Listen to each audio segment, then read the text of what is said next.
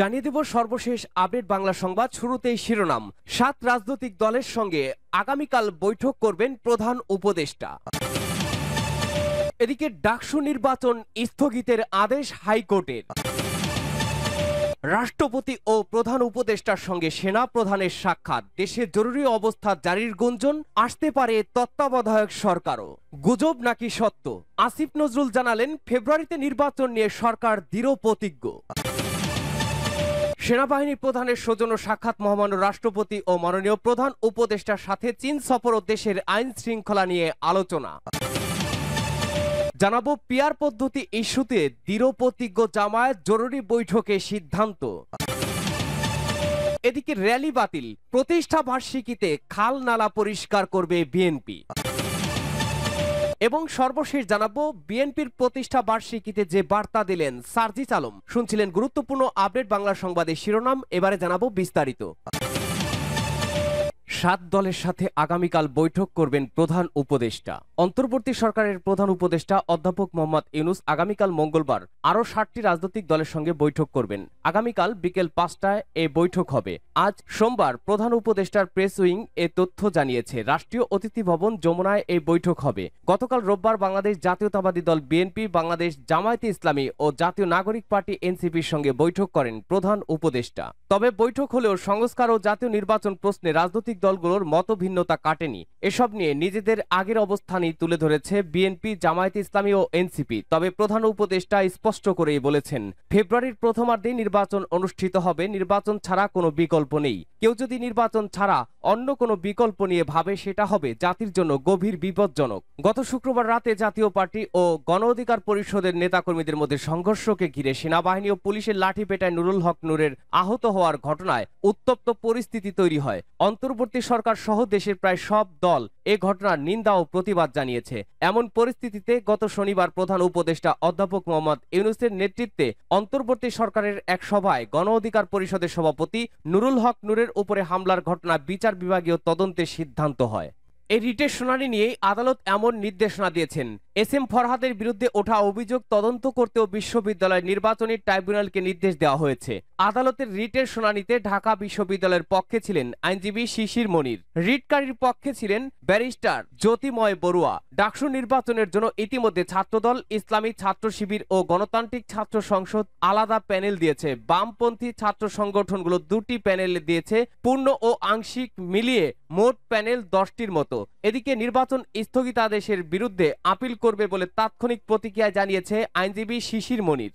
হঠাৎ আলোচনা, দেশে কি জরুরি অবস্থা জারি হতে যাচ্ছে? জরুরি অবস্থা বা তত্ত্বাবধায়ক সরকারের সম্ভাবনার বিষয়ে অবগত নই বললেন আইন উপদেষ্টা।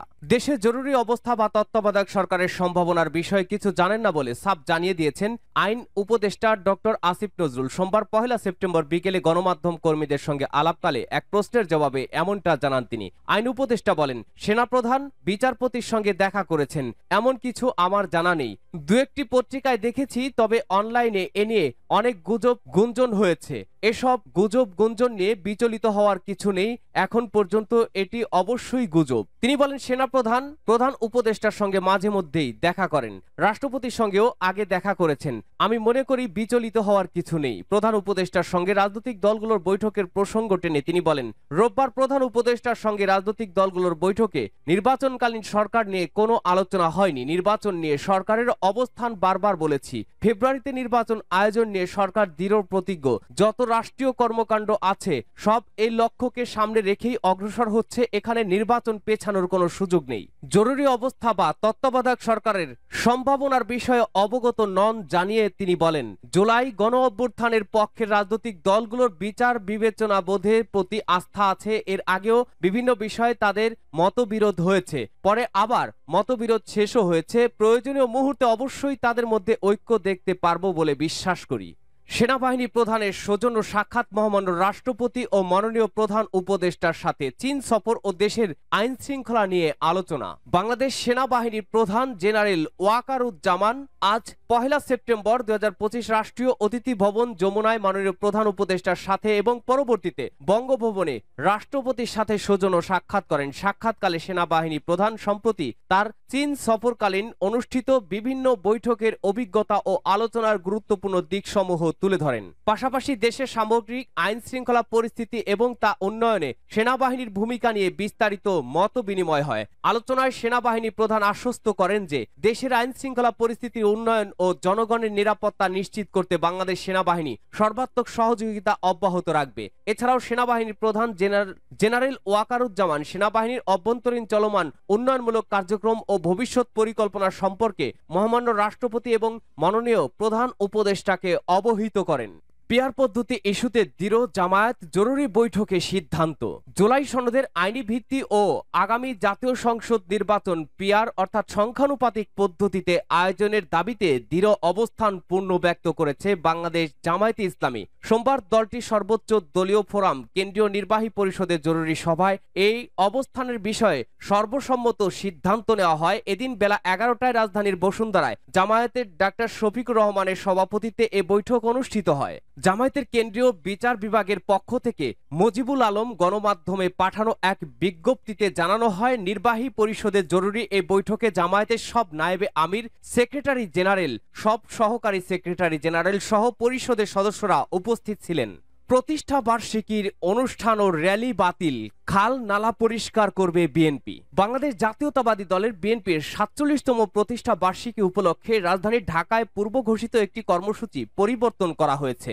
আগামীকাল মঙ্গলবার র্যালির পরিবর্তে পুকুর, খাল ও নালা পরিষ্কার সহ নানা উদ্যোগ নিয়েছে বিএনপি। সোমবার সামাজিক যোগাযোগ মাধ্যম ফেসবুকে এক ভিডিও বার্তায় এই তথ্য জানিয়েছেন বিএনপির জ্যেষ্ঠ যুগ্ম মহাসচিব অ্যাডভোকেট রুহুল কবির রিজভী। পূর্ব ঘোষিত কর্মসূচি অনুযায়ী আগামীকাল বিএনপির কেন্দ্রীয় কার্যালয়ের সামনে থেকে র্যালি হওয়ার কথা ছিল।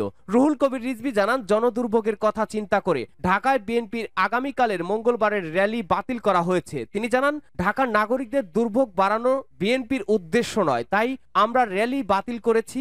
এর পরিবর্তে নগরীর স্বাস্থ্যকর পরিবেশ ফিরিয়ে আনতে পুকুর, খাল আর নালা পরিষ্কার কর্মসূচি পালন করবে ঢাকা মহানগর উত্তর ও দক্ষিণ বিএনপি। বিএনপির প্রতিষ্ঠা বার্ষিকীতে যে বার্তা দিলেন সার্জিস আলম। বাংলাদেশ জাতীয়তাবাদী দল বিএনপির ৪৭তম প্রতিষ্ঠা বার্ষিকীতে শুভেচ্ছা জানিয়েছেন জাতীয় নাগরিক পার্টি এনসিপির নেতা সার্জিস আলম। সোমবার পহেলা সেপ্টেম্বর নিজের ভেরিফাইড ফেসবুক আইডিতে দেওয়া এক পোস্টে বিএনপির প্রতিষ্ঠা বার্ষিকী উপলক্ষে শুভেচ্ছা জানান তিনি। শুভেচ্ছা বার্তায় সার্জিস আলম বলেন, অভ্যুত্থান পরবর্তী বাংলাদেশের দেশ ও জনগণের স্বার্থের সর্বাগ্রে প্রাধান্য দিয়ে গণতান্ত্রিক উত্তরণের পথে সব ষড়যন্ত্রকে মোকাবেলা করে ঐক্যবদ্ধভাবে আমরা এগিয়ে যাব, এটাই প্রত্যাশা। প্রয়াত রাষ্ট্রপতি জিয়াউর রহমান ১৯৭৮ সালের পহেলা সেপ্টেম্বর রমনা রেস্তোরাঁয় আনুষ্ঠানিক ঘোষণাপত্র পাঠের মাধ্যমে বাংলাদেশ জাতীয়তাবাদী দল বিএনপির প্রতিষ্ঠা করেছিলেন। সেই হিসাবে আজ দলটির ৪৭তম প্রতিষ্ঠা বার্ষিকী, এই উপলক্ষে আলোচনা সভা, শোভাযাত্রা সহ বিভিন্ন কর্মসূচি ঘোষণা করেছে বিএনপি।